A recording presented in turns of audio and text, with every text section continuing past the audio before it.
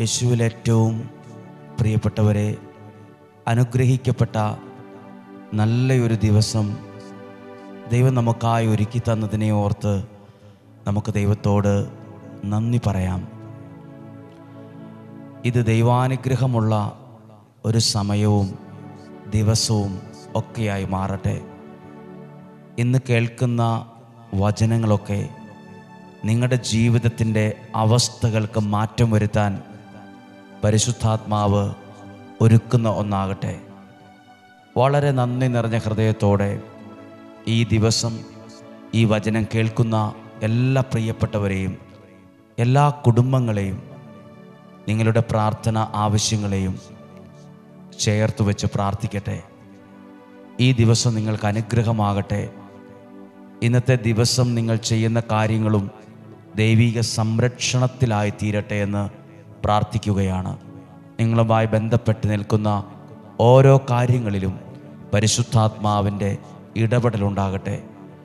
ഒരു നിമിഷം നിങ്ങൾക്ക് വേണ്ടി പ്രാർത്ഥിക്കുന്നു. കർത്താവേ, അങ്ങയുടെ വചനം ഈ ദിവസം കേൾക്കുന്ന, പ്രാർത്ഥിക്കുന്ന ആ വചനത്തോട്, ആ വചനം ഹൃദയത്തിൽ സ്വീകരിക്കുന്ന, എഴുതി വയ്ക്കുന്ന, അത് പല പ്രാവശ്യം ആവർത്തിക്കുന്ന ഓരോ വ്യക്തികളെ, ജീവിതങ്ങളെ, കുടുംബങ്ങളെ എല്ലാം സമർപ്പിച്ച് പ്രാർത്ഥിക്കുന്നു.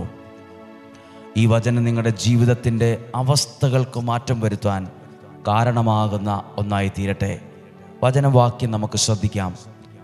മർക്കോസിൻ്റെ സുവിശേഷം 1-ാം അധ്യായം 29-30 വാക്യങ്ങളാണ്. ഞാനത് വായിക്കുകയാണ്.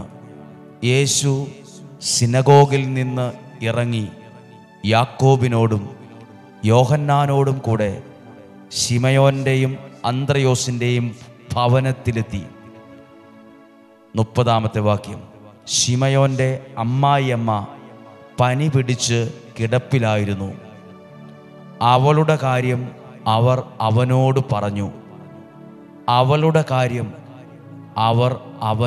പറഞ്ഞു. ഇങ്ങനെയൊരു സങ്കടത്തിലാണ്, രോഗാവസ്ഥയിലാണ്, ആ ഒരവസ്ഥയാണ് പറഞ്ഞത്. 31-ാമത്തെ വാക്യം.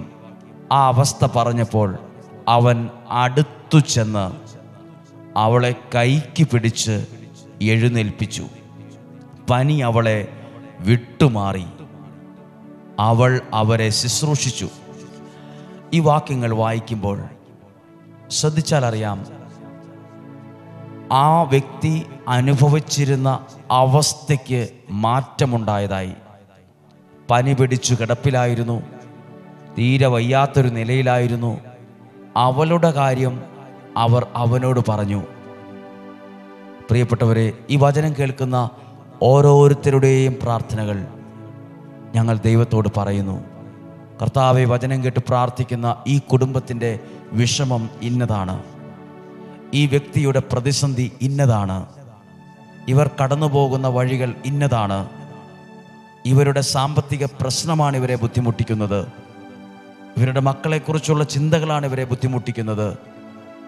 അവളുടെ അവസ്ഥ അവർ അവനോട് പറഞ്ഞു.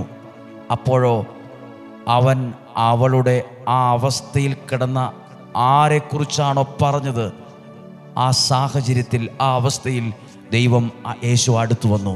അതാ അടുത്ത വാക്യം എഴുതിയിരിക്കുന്നത്. അവൻ അടുത്തു ചെന്ന് ആ വ്യക്തിയുടെ കൈക്ക് പിടിച്ച് എഴുന്നേൽപ്പിച്ചു.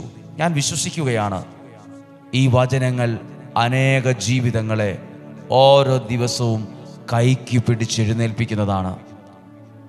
മനസ്സ് തളർന്നവരെ, പ്രതീക്ഷ നഷ്ടപ്പെട്ടവരെ, പരാജയപ്പെട്ടു എന്ന് ചിന്തിക്കുന്നവരെ കൈക്ക് പിടിച്ചെഴുന്നേൽപ്പിക്കുന്നതാ ഓരോ വചനങ്ങളും. ഇന്നലകളിൽ പലരും നന്നായിട്ട് ഉറങ്ങാൻ പോലും പറ്റാത്ത സാഹചര്യങ്ങളുള്ളവരുണ്ട്, ഹോസ്പിറ്റലിൽ കിടക്കുന്നവരുണ്ട്, സാമ്പത്തിക പ്രതിസന്ധിയിലുള്ളവരുണ്ട്, ജപ്തിയുടെ വക്കിലെത്തിയവരുണ്ട്, വിട്ടുമാറാത്ത രോഗമുള്ളവരുണ്ട്, സമാധാനം നഷ്ടപ്പെട്ടവരുണ്ട്, സ്വസ്ഥത നഷ്ടപ്പെട്ടവരുണ്ട്, ആകുലതയും ഉത്കണ്ഠയും ആയി ജീവിക്കുന്നവരുണ്ട്. നോക്കുക, ആ അവസ്ഥയിൽ നിന്ന് കൈക്ക് പിടിച്ച് എഴുന്നേൽപ്പിക്കും. ഈ അവസ്ഥയിൽ നിന്ന് ഈ വ്യക്തിയുടെ കാര്യം പറഞ്ഞപ്പോൾ ആ അവസ്ഥയിൽ നിന്ന് കൈക്ക് പിടിച്ചെഴുന്നേൽപ്പിച്ചതുപോലെ നിന്നെ, നിന്റെ കുടുംബത്തെ, എന്നെ, എൻ്റെ അവസ്ഥയെ ദൈവം കൈക്ക് പിടിച്ചെഴുന്നേൽപ്പിക്കും. ഒന്ന് വിശ്വാസത്തിൽ പറഞ്ഞ്, ഈ വചനം ഇന്ന് എന്നെ കൈക്ക് പിടിച്ചെഴുന്നേൽപ്പിക്കുന്ന അനുഭവം ഉണ്ടാവും. നാളത്തെ കാര്യം എങ്ങനെ നടക്കും? നിന്നെ കൈക്ക് പിടിച്ചെഴുന്നേൽപ്പിക്കാൻ ഒരു ദൈവ സാന്നിധ്യം അടുത്തു വരും. നിന്നെ മനസ്സുകൊണ്ട് എഴുന്നേൽപ്പിക്കാൻ, തകർന്നും തളർന്നും പോകാൻ സമ്മതിക്കില്ലെന്ന് ഒന്നിനെക്കുറിച്ചും ആകുലപ്പെടണ്ട. നിന്റെ അടുത്ത് വരുന്ന ഒരു ദൈവ സാന്നിധ്യമുണ്ട്. നീ രോഗാവസ്ഥയിൽ കിടക്കുമ്പോഴും, നീ വയ്യാതെ വിഷമിച്ചിരിക്കുമ്പോഴും, തകർന്നും തളർന്നും ഇരിക്കുമ്പോഴും കൈക്ക് പിടിച്ചെഴുന്നേൽപ്പിക്കുന്ന ദൈവം എഴുന്നേൽപ്പിച്ചു. പനി അവളെ വിട്ടുമാറി. അവളുടെ ജീവിതത്തെ ഇത്രയും നേരം ബാധിച്ചിരുന്ന ആ പ്രശ്നം വിട്ടുമാറിയെന്ന് ഇന്നൊരു സാക്ഷ്യമായി ഇത് പറയാൻ ഇടവരട്ടെ. നിങ്ങളുടെ ജീവിതത്തെ ബാധിച്ചിരിക്കുന്ന, നിങ്ങളുടെ ജീവിതത്തെ അസ്വസ്ഥപ്പെടുത്തിക്കൊണ്ടിരിക്കുന്ന, നിങ്ങളുടെ ജീവിതത്തെ വെല്ലുവിളിക്കുന്ന, നിങ്ങളുടെ സമാധാനത്തെ കെടുത്തുന്ന സകലതും, എല്ലാ കാര്യങ്ങളും നിങ്ങളുടെ ജീവിതത്തിൽ നിന്ന്, കുടുംബത്തിൽ നിന്ന് എല്ലാം വിട്ടുമാറട്ടെ. നിങ്ങളെ ദൈവം കൈക്ക് പിടിച്ചെഴുന്നേൽപ്പിക്കും. വിശ്വാസത്തിൽ പറഞ്ഞ്, എൻ്റെ ദൈവം എന്നെ കൈക്ക് പിടിച്ചെഴുന്നേൽപ്പിക്കും. എന്നെ ബാധിച്ചിരിക്കുന്ന സകലതും, എന്നെ അസ്വസ്ഥപ്പെടുന്ന സകലതും എന്നെ വിട്ടുമാറും. എൻ്റെ ദൈവം ഇന്നെന്നെ സഹായിക്കും. എൻ്റെ ദൈവം എൻ്റെ ജീവിതത്തെ എഴുന്നേൽപ്പിക്കും. എൻ്റെ സാമ്പത്തിക പ്രശ്നത്തിൽ നിന്ന് എഴുന്നേൽപ്പിക്കും. ഈ നിരാശയിൽ നിന്ന് എഴുന്നേൽപ്പിക്കും. ഈ പ്രതികൂലത്തിൽ നിന്ന് എഴുന്നേൽപ്പിക്കും. വിശ്വസിച്ച് പ്രാർത്ഥിക്കാം. ഈ വചനത്തിലൂടെ നിങ്ങൾക്ക് വേണ്ടി പ്രാർത്ഥിക്കുകയും ആശീർവാദം നൽകുകയും ചെയ്യുകയാണ്. ഈ മാസം 22 മുതൽ 31 വരെയുള്ള ഉപവാസ നിയോഗ പ്രാർത്ഥനയും ഇതുപോലാണ്. ദൈവം നിന്നെ കൈക്ക് പിടിച്ച് എഴുന്നേൽപ്പിക്കും. ചിലതൊക്കെ ജീവിതത്തിൽ നിന്നും കുടുംബത്തിൽ നിന്നും എല്ലാം വിട്ടുമാറും. ചില നന്മകൾ നിങ്ങളുടെ ജീവിതത്തിൽ വരും. പ്രാർത്ഥിക്കാം. ഈ ബുധനാഴ്ച മുതൽ കൺവെൻഷനാണ്. നിങ്ങൾ പ്രാർത്ഥിക്കണം. സാധിക്കുന്നവരെല്ലാവരും വരിക. ഏറ്റവും അനുഗ്രഹമുള്ള ദിവസങ്ങളാണ് ഈ മാസം 15, 16, 17, 18. എല്ലാവരും പ്രാർത്ഥിക്കുക. സാംസൺ അച്ഛന് വേണ്ടി പ്രാർത്ഥിക്കുക. അച്ഛൻ്റെ നേതൃത്വത്തിലുള്ള കൺവെൻഷൻ ഈ ആലയത്തിൽ അനുഗ്രഹമായി, അത്ഭുതമായി മാറും. ഒത്തിരി പ്രാർത്ഥനയും ഒരുക്കത്തിലുമാണ് ഞങ്ങൾ. നിങ്ങൾ ഞങ്ങൾക്ക് വേണ്ടി പ്രാർത്ഥിക്കണം. ഈശോയുടെ ആശീർവാദം സ്വീകരിക്കാം. നമ്മുടെ കർത്താവ് ഈശോ മിശിഹായുടെ കൃപയും പിതാവായ ദൈവത്തിൻ്റെ സ്നേഹവും പരിശുദ്ധാത്മാവിൻ്റെ സഹവാസവും നിങ്ങളോടുകൂടെ, നിങ്ങളുടെ ഭവനത്തിൽ, നിങ്ങളുടെ ജീവിതവുമായി ബന്ധപ്പെട്ട വിഷയത്തിൽ, നിങ്ങളുടെ തലമുറകളിൽ, സാമ്പത്തികത്തിൽ, വരുമാന മാർഗത്തിൽ, വിദ്യാഭ്യാസത്തിൽ, നിങ്ങളുടെ ബിസിനസ്സിൽ, നിങ്ങളുടെ ജോലിയിൽ, നിങ്ങളുടെ സ്വപ്നങ്ങളിൽ, പ്രാർത്ഥനയിൽ എഴുതി വച്ചിരിക്കുന്ന ആവശ്യങ്ങളിൽ എല്ലാം ദൈവത്തിൻ്റെ ശക്തി വെളിപ്പെടട്ടെ. ആ തടസ്സങ്ങൾ മാറട്ടെ. ആ പ്രതിസന്ധികൾ വിട്ടുമാറട്ടെ. ആ വെല്ലുവിളികൾ മാറട്ടെ. ആ തകർച്ചയുടെ അനുഭവങ്ങൾ മാറട്ടെ. ദീർഘായുസ്സും ആരോഗ്യവും ദൈവം തരട്ടെ. രോഗങ്ങളിൽ നിന്നും, അപകടത്തിൽ നിന്നും, ദുർമരണത്തിൽ നിന്നും, പരിക്കുകളിൽ നിന്നും, നഷ്ടങ്ങളിൽ നിന്നും, ചതിയിൽ നിന്നും, വഞ്ചനയിൽ നിന്നും ദൈവം നമ്മെ, നമ്മുടെ കുടുംബത്തിലുള്ളവരെ, നമ്മുടെ ഇന്നത്തെ ജീവിതത്തിൻ്റെ എല്ലാ കാര്യങ്ങളെയും സൂക്ഷിക്കട്ടെ.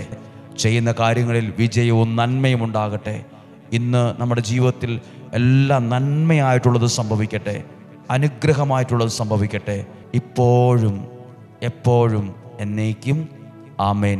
സാധിക്കുന്നവർക്കൊക്കെയും ഈ ദിവസം ഈ വചനം അയച്ചു കൊടുക്കുക. ആ വചനം അവർ കേൾക്കട്ടെ. ആ വചനത്തിലൂടെ ദൈവം കൈക്ക് പിടിച്ച് ഉയർത്തുന്ന, ഉണർത്തുന്ന, മുന്നോട്ട് നയിക്കുന്ന അനുഭവം അനേകർക്കുണ്ടാകട്ടെ. ഇത് അയച്ചു കൊടുക്കുന്നത് സുവിശേഷ വേലയാണ്. ദൈവം നിങ്ങളെ സഹായിക്കും. ദൈവം നിങ്ങളെ അനുഗ്രഹിക്കും. നാളെ നമുക്ക് 5:30 ഒരുമിച്ച് കാണാം. ഒരുമിച്ച് കാണുന്നത് വരെ ദൈവം നമ്മെ സൂക്ഷിക്കട്ടെ. ആമേൻ. പ്രിയപ്പെട്ട സഹോദരങ്ങളെ, യേശു ക്രിസ്തുവിൻ്റെ പരിശുദ്ധ നാമത്തിൽ കൃപയും സമാധാനവും നിങ്ങൾക്ക് ഓരോരുത്തർക്കും ലഭിക്കട്ടെ എന്ന് പ്രത്യേകം പ്രാർത്ഥിക്കുന്നു. നമുക്ക് ഓരോരുത്തർക്കും ഈ ആത്മാവിന് വേണ്ടി ദാഹിക്കാം. ആത്മാവിൻ്റെ വലിയ കൃപകൾ നമ്മളിലേക്ക് സ്വീകരിക്കും. നമ്മുടെ ശരീരത്തെയും നമ്മുടെ ആത്മാവിനെയും വിശദീകരിക്കാൻ പറ്റും. കേൾക്കുമ്പോൾ ദൈവജനത്തിന് അത് വലിയ വിടുതലും സൗഖ്യമാകും.